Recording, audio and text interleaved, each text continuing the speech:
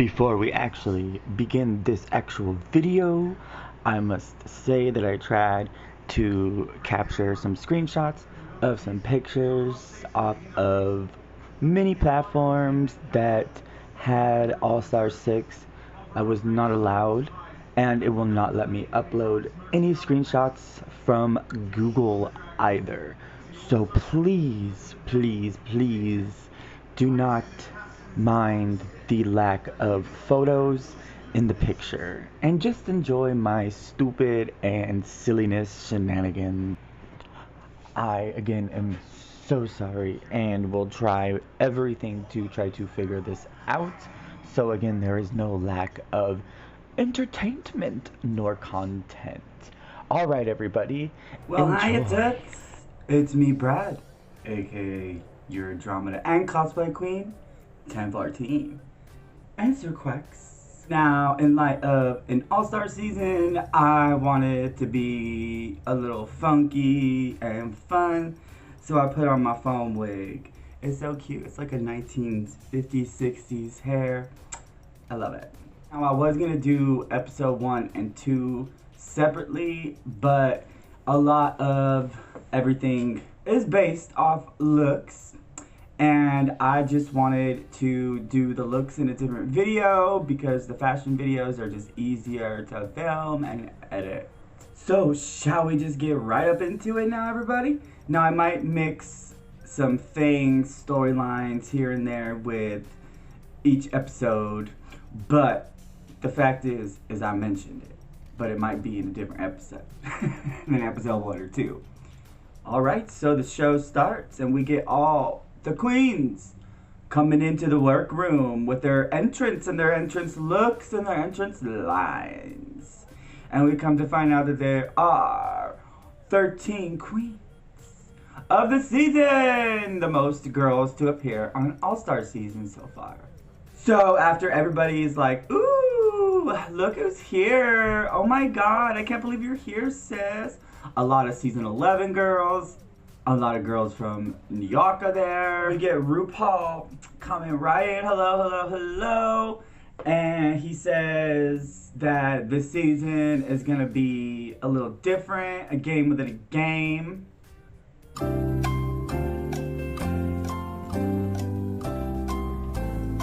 I'm still waiting for this big ass twist you said you guys were gonna do.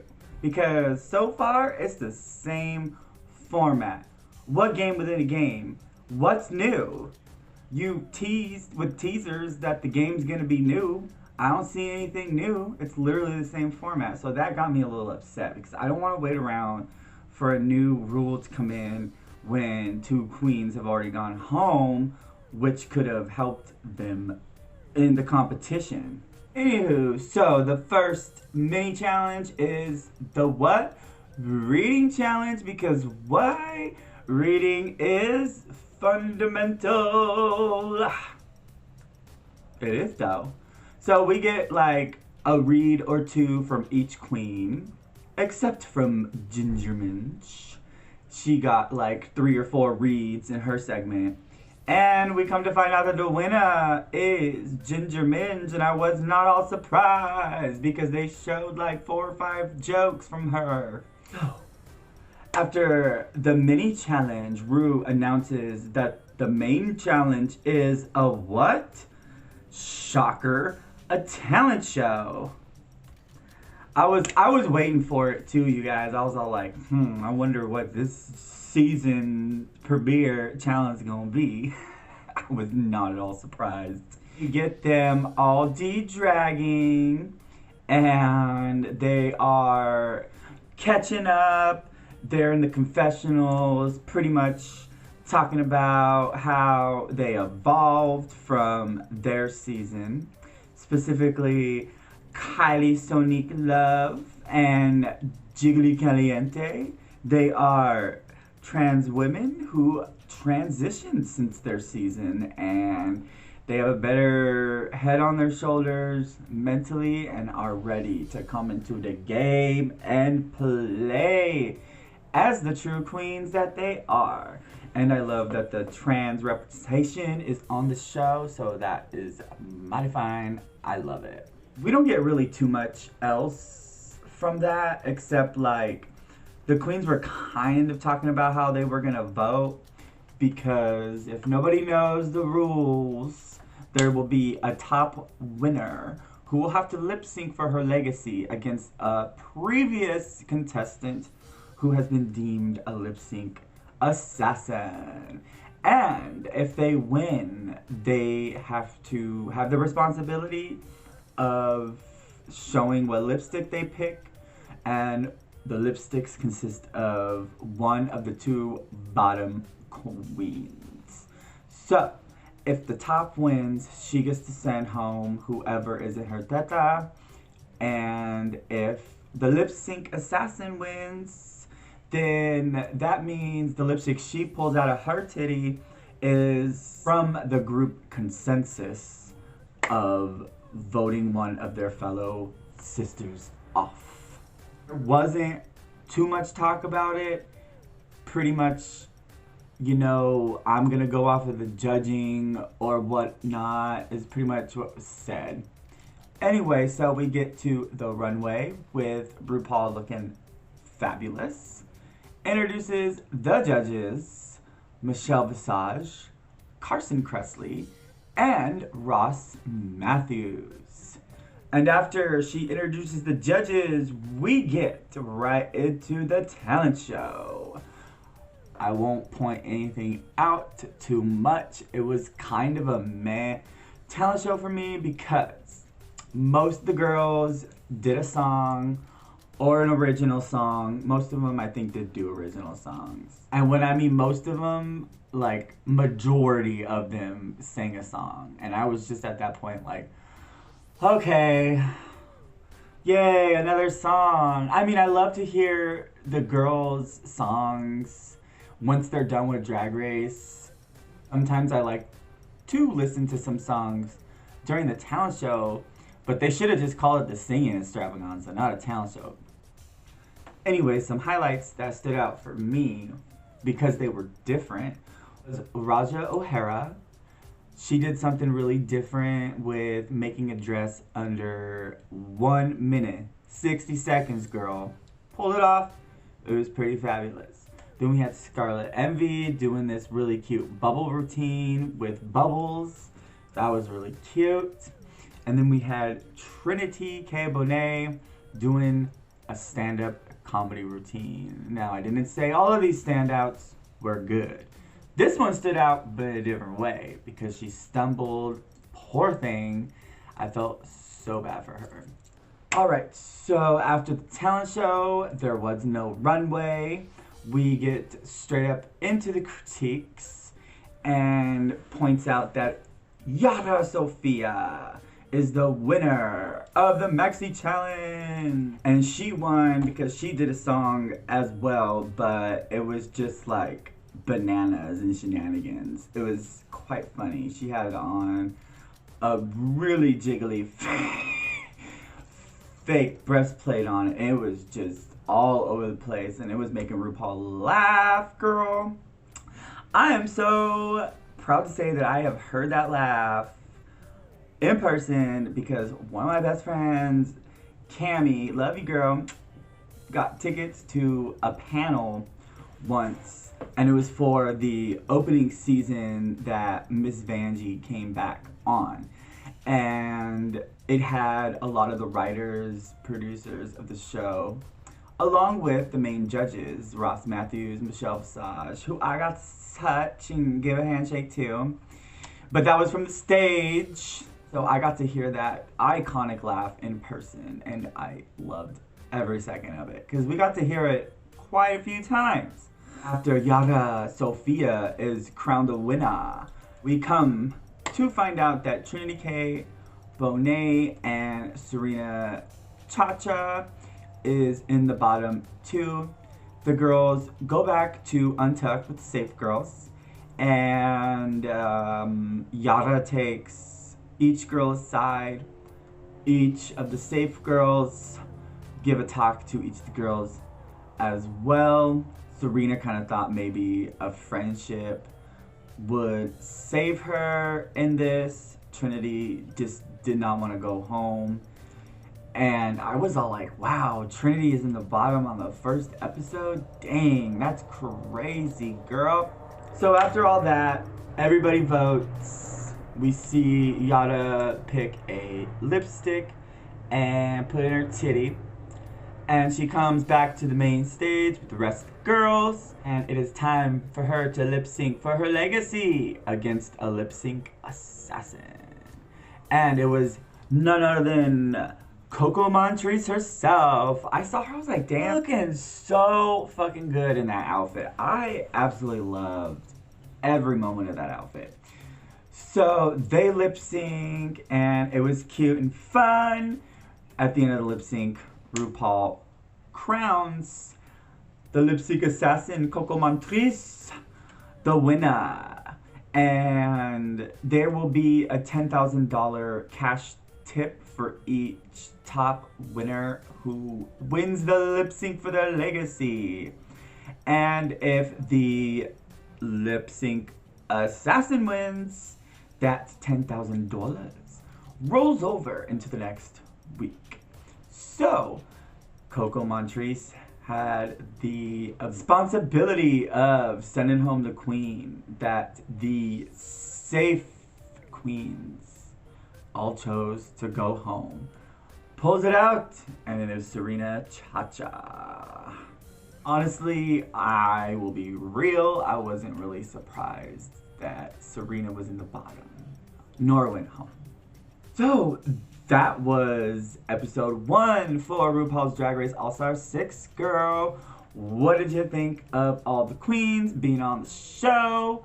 Who are some of your favorites? Who did you wish that was on the show? What did you think of the reading challenge? What did you think of the talent show? What did you think of the voting process? Let us know in the comments below. Now, let's go ahead and get to episode 2. So the next day, the queens come into the workroom and gather around the table. And they're all like, so who's the trade of the season? And Akira is like, ain't nobody trade here, girl. And Jan was over there like, well, what about me? I'm kind of trade of the group. And they're like, no, nobody is trade here.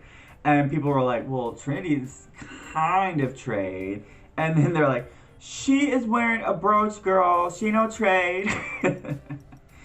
No, that was funny, that little conversation. I liked that. Woo! Then we get some shemale, girl.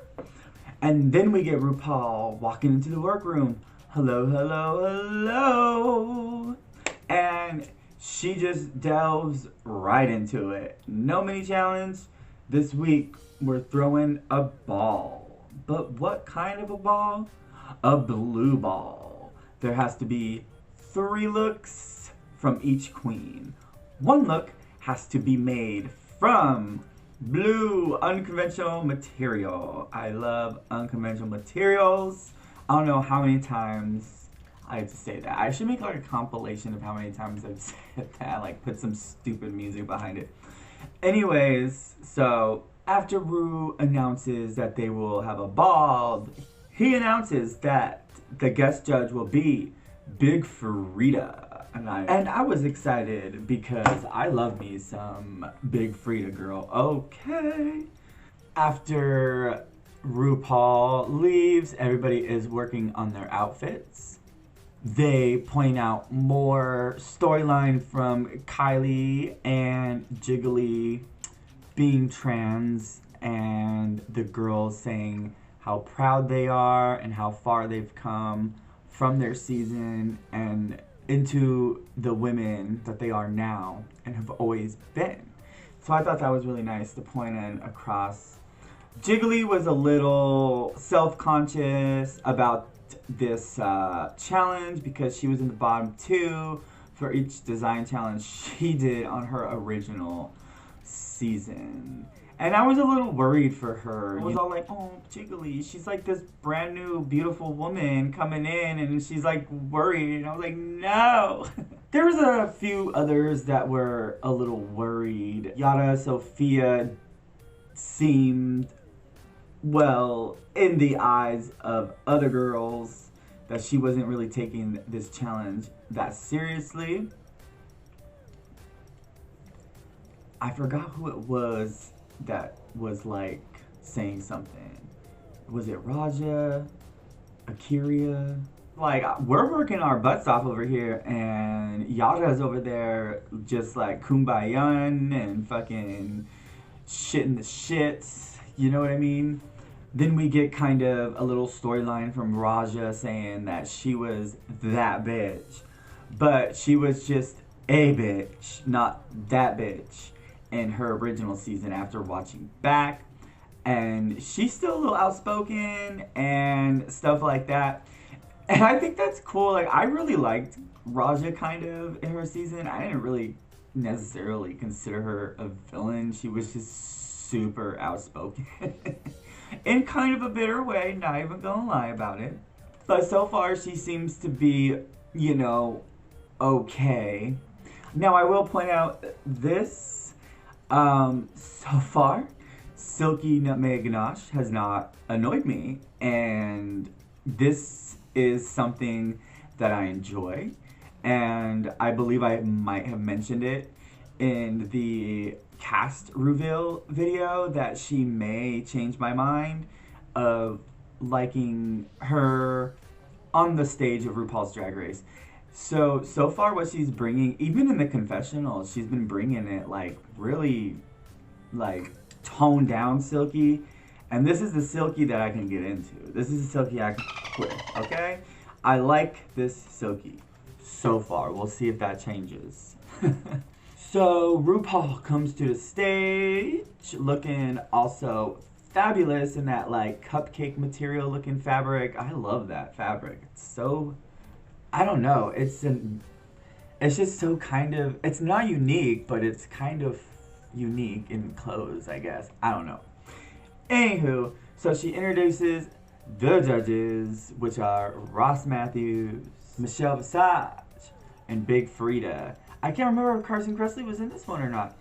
Anyways, so we get to the ball, which I believe was 36 looks. Exhausting, doing it in another video. So the queens come back to the stage, and we come to find out that Raja, who went home on her design challenge on her original season, won and was the top queen of the week. And I was a little happy for her, you know, a little redemption from going home on that challenge in her original season. So that's good. I would have loved having that storyline if I was up on that show too. Then we come to find out that Yara and Jiggly are in the bottom two. Now, the girls go back with the safe girls. Same thing as last week. Raja takes each girl aside and talks to them separately. Why do you want to be here? Why should I pick you over your contender? Now, Jiggly cried a lot because she feels like she should be there. And I feel like she should be there too. But I feel like the crying was just showing a little bit of insecurity. I forgot to mention, they come back to the stage and Raja has to lip sync against the lip sync assassin, which is Brooklyn Heights, looking mighty fine. And they have to lip sync to Uptown Funk You Up, said Uptown Funk You Up. And honestly, this was a really good lip sync. It was fun, entertaining. I had a good time with it. Loved it. Then we come to find out that Raja is the winner, and she has to send one of her fellow contenders home, and she picks out of her tata, Jiggly Caliente. Then RuPaul says, Brooklyn Heights, you are also the winner. And is this going to be a double elimination? The bottom two girls look at each other and are very worried. And then Brooklyn Heights takes the lipstick out of her titties. And the group consensus of their vote is also Jiggly Caliente. So Yara Sofia lives to see another day. And everybody was so gagged that a double elimination almost happened. And could happen. And while Jiggly Caliente is departing, filming her goodbye message, Rue pops up on the screen and says, "Would you like to play a game?" And Jiggly says, "Yes." And also previous episode, Serena went through and said the same thing. And this is what I have to say that I have to get off my chest. RuPaul has clarified multiple times, I set up these rules for a reason and not to feel bad for the decisions you make. You really think Ru set up these rules to send weak girls home? She wants to see top competitors take out top contenders. She wants the audience to see that. I, as an audience member, want to see that. I, as a contestant, if I were to ever have been on the show or ever do go on the show, would play it like that. It is what it is. You know, like I said, they film it in a week and a half to 2.5 weeks, maybe a little longer due to COVID restrictions and the number of castmates. But why am I gonna sit there and play a game that Ru doesn't want us to play? Like, I don't know. That's what I mean. That's what they do on Big Brother. That's what they do on Survivor. You know what I'm saying? Like, that's what they do. That's why she implemented this rule. I'm pretty sure. I mean, she said it. And she said not to feel sorry for it. Now, maybe I wouldn't come straight away. I might lay low so I can't vote. But if I did end up in the top at some point, I would take out a contender if they were in the bottom. I signed the contract. I know the rules. We can be sisters or not after this. That's up to you. It's nothing personal. You are a contender. You're a good competitor. And you're a threat to me. So bye. Bye, Felicia. Anyways, that was episode 2 for All Stars 6. What did you think of episode 2? What did you think about Yara picking Trinity? What did you think of group consensus picking also Serena to go home? What did you think of all the drama and the highlights in the episode? What did you think of the ball? What did you think of judges? What did you think of the lip sync assassin and the lip sync and the resolution? Let us know in the comments below. And I, Brad, aka your Drama Queen, 1014, would like to thank all our early birds, night owls, and everyone else in between for setting your clocks for 1014 and joining us and Sir Quacks down here at the warehouse. Until next video, toodles. I just love how this wig bounces. Bye.